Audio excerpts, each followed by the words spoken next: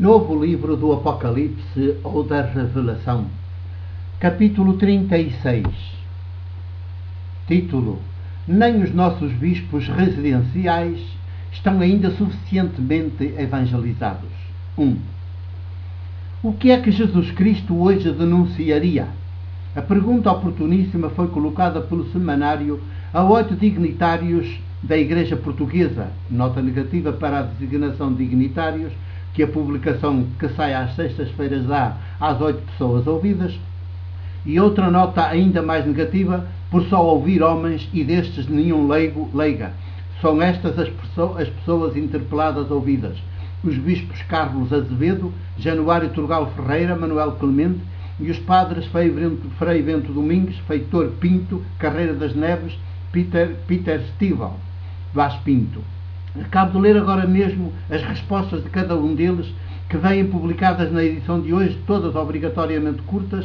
Deve ter-lhes sido exigido que não ultrapassassem uns quantos caracteres, e concluo que mesmo estas pessoas da Igreja, todas de grande referência na opinião pública portuguesa, por isso terão sido escolhidas, ainda estão muito pouco por dentro do essencial de Jesus, o de Nazaré, ainda são pessoas muito pouco evangelizadas. 2. Todos estes homens da Igreja Católica veem Jesus como uma boa pessoa, quase a roçar pelo ingênuo, um bem-intencionado, sem grandes causas, uma espécie de Madre Teresa de Calcutá masculino da sua época, um cidadão judeu muito bem comportado, o que hoje se diz politicamente correto. Não vou deter-me a refletir teologicamente sobre o conteúdo de cada uma das respostas, seria demasiado extenso.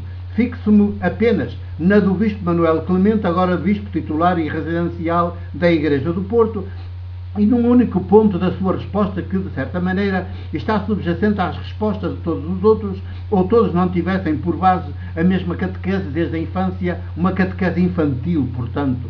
3. O Bispo Manuel Clemente chega a invocar o teológico diálogo que o Evangelho de João constrói entre Pilatos e Jesus. Aborda-o como se fosse um relato jornalístico, mas não é. Nunca aconteceu tal e qual. Já preso no pretório ou tribunal para afirmar que Jesus respeita a autoridade política e até a fundamenta. Imagine-se, isto foi entre aspas, imagine-se, só lhe faltou dizer, se calhar foi por isso que ele foi preso, sumariamente julgado, condenado à morte e executado na cruz do Império Romano como um maldito. Simplesmente intolerável, para mais vindo de um bispo em pleno exercício do seu ministério episcopal e eclesial. 4. Em defesa da sua afirmação, o Bispo Manuel Clemente lá invoca as conhecidas palavras de Jesus, na traiçoeira tradução traditória, que o Novo Testamento faz do original grego: nenhum poder terias sobre mim se não te fosse dado do alto. Parece ignorar o Bispo, e com ele praticamente todos os que detêm poder na Igreja, que lá, na tradução, onde está poder, deveria estar liberdade, responsabilidade de decidir. Porque poder de alguém sobre alguém é sempre opressão, é tirania, é ditadura. Pelo menos é a gênese de todas essas aberrações que desfiguram os seres humanos que se deixam ir por aí. 5. O poder, não confundir com a política, é sempre demoníaco. A grande tentação dos seres humanos, sobretudo dos constituídos em autoridade, poder, logo a seguir à tentação número 1, que é a da riqueza acumulada, concentrada: hoje o Senhor, Deus, dinheiro.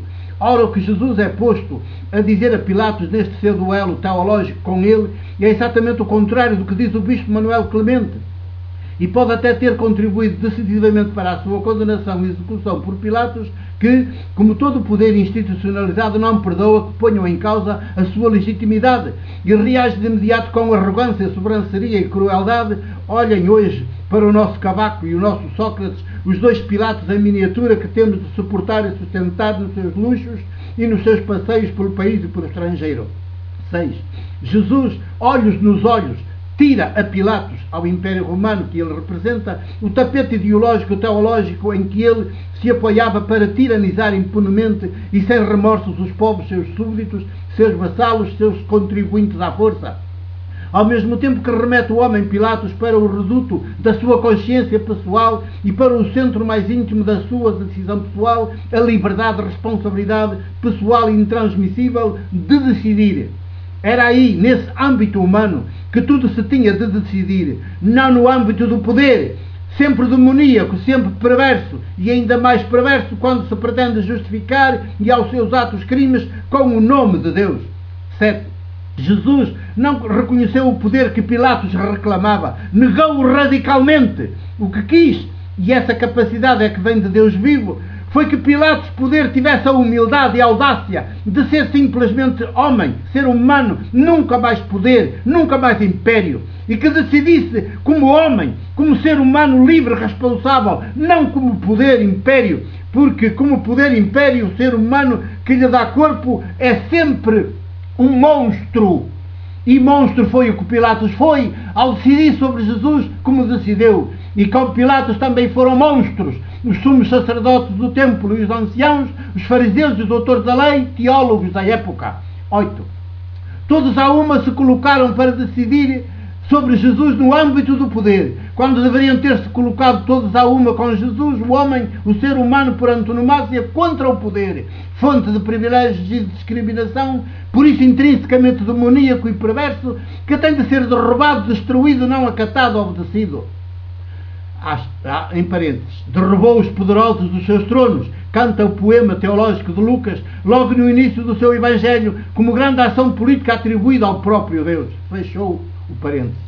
Por aqui se vê, 9, por aqui se vê, e este é sem dúvida o grande mérito desta iniciativa do semanário, que nem os nossos bispos residenciais estão ainda suficientemente evangelizados, nem os nossos teólogos da Universidade Católica, nem os nossos párocos. Com lágrimas o digo, vê-se que ainda não foram tocados pelo Espírito sopro de Deus, o de Jesus, e estão todos, uns mais outros menos, tocados por outro Espírito sopro, o do poder, o braço esquerdo do Deus Dinheiro, e o da religião templo, o braço direito do mesmo Deus Dinheiro, em cujo âmbito de resto são os respectivos pontífices ou executivos, sem sequer se darem conta de que com isso são também perversos e monstros, não seres humanos simplesmente, irmãos universais, em tudo iguais aos demais seres humanos, sem tirar nem pôr. 10. Por mim, já suspeitava, para não dizer, já tinha a certeza de que as coisas ainda estão neste pé na Igreja Católica Romana e nas outras igrejas irmãs.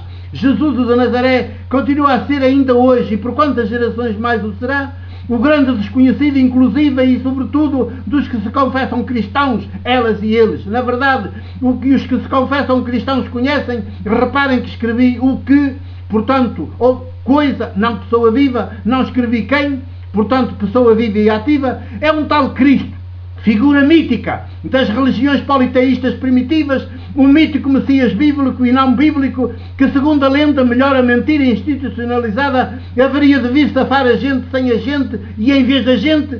Por isso, fonte de preguiça que mata o Criador que todos os seres humanos havemos de ser, mesmo os menos dotados à partida, e fonte descriadora dos seres humanos, em vez de fonte potenciadora desde dentro dos seres humanos intrinsecamente políticos, audazes, criadores de presente e de futuro, à medida de todos, na dignidade e na abundância, na liberdade e na paz, tudo muito bem fundamentado na sororidade e fraternidade universal das pessoas e dos povos, nunca no dinheiro, nem no poder, nem na religião e respectivas ideologias e idolatrias. 11. É o que eu mais tenho dito e repetido, e ainda ontem escrevi num mail que enviei a alguém que me lembrava que são muitos os milhões de seres humanos que têm fé, também fora de Jesus, um facto que, segundo esse alguém, eu parecia ignorar. Escrevi-lhe o que já tenho dito e redito. Não basta sermos pessoas de fé, disso há até demais no planeta. São precisas pessoas que pratiquem a mesma fé de Jesus até às últimas consequências. Ora, mesmo os que se invocam de cristãos católicos e não católicos, não é por aí que geralmente vão. Preferem ter fé em Jesus, em vez de praticarem a mesma fé de Jesus, o de Nazaré. E isto faz toda a diferença. 12. Porque só quem pratica a mesma fé de Jesus, que acaba homem, mulher, como... Só quem pratica a mesma fé de Jesus, acaba homem, mulher como ele, outro Jesus, hoje e aqui, habilitado a fazer as mesmas obras que ele fez no seu tempo e no seu país, e até maiores que essas, segundo ele próprio garante no Evangelho de João, sem dúvida, o Evangelho canónico mais teológico e ao mesmo tempo mais histórico, o que melhor nos revela Jesus de Nazaré e o do Espírito de Deus vivo, esse mesmo que tirou o tapete teológico e ideológico a todo o perverso institucionalizado e que resgatou o nome de Deus de todo o perverso institucionalizado, ao qual sempre esteve ligado desde o princípio da humanidade, para finalmente o apresentar a todos os povos como incondicional aliado dos seres humanos e dos povos, de todos os seres humanos e de todos os povos, a partir dos últimos dos ninguém, sem discriminações de nenhuma espécie. 13.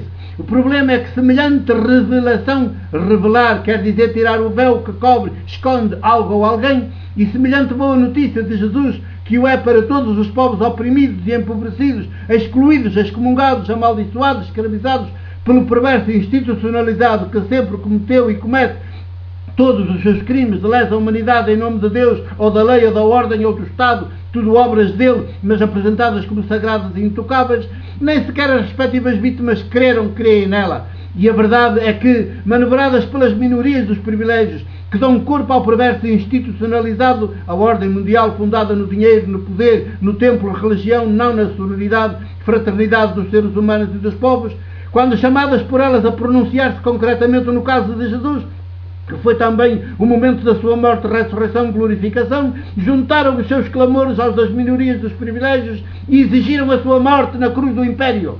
14. Só que essa morte, o crime dos crimes, a abominação das abominações, foi também o momento mais alto da revelação de Deus em Jesus.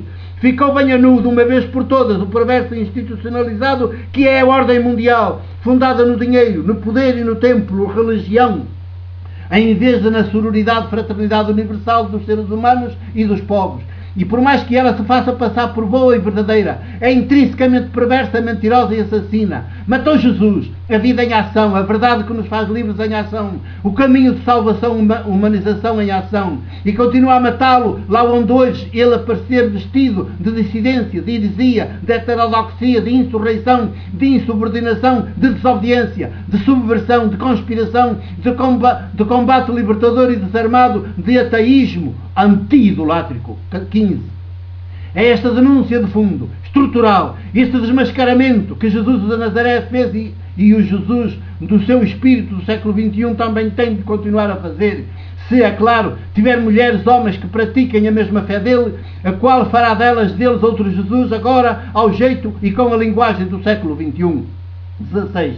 Infelizmente, nenhum dos 8 católicos interpelados ouvidos, outra nota negativa desta oportuníssima iniciativa é que não foi ouvido ninguém das igrejas irmãs da católica, ou só mesmo católicos, foi por aqui. Todos ficaram no folclore, na rama, no óbvio, nos lugares comuns, no politicamente correto sobre Jesus. Tivessem ido por aqui e provavelmente a sua contribuição seria censurada, ou se fosse publicada e tomada a sério, nunca mais eles teriam paz, a dos poderosos, sempre perversa, só a paz de Jesus, que os poderosos não conhecem e não podem dar. Mas para se chegar a ver tão longe e tão fundo como Jesus, é preciso primeiro ser Jesus crucificado, ressuscitado. 17. Porque quem de alguma maneira faz parte do perverso institucionalizado, o dinheiro, o poder, o império, o templo, a religião, todos os três como um só, e sempre de acordo entre si na defesa e na manutenção dos seus interesses e lugares, esse mesmo que Jesus de Nazaré denunciou, desmascarou, até à entrega e perda da própria vida, sem dúvida, a revelação maior e mais fecunda da nossa história passada, presente e futura, nunca chegará a poder ver a luz e viverá sempre na treva. Mas se a vir, e quem me dera que todos nós a vejamos, a começar por mim, logo desistirá dos privilégios que o perverso institucionalizado lhe garante e passa a ser, lá onde estiver, mulher, homem simplesmente, irmão universal de todos os demais e até da natureza, para escândalo dos seus concidadãos e familiares, elas e eles. E também não se livrará de ser tratado por louco como Jesus foi. Eis, 2007, dezembro 21. Termina assim o capítulo 36 de novo livro do Apocalipse ou da Revelação. O meu abraço e o meu beijo de presbítero da Igreja do Porto.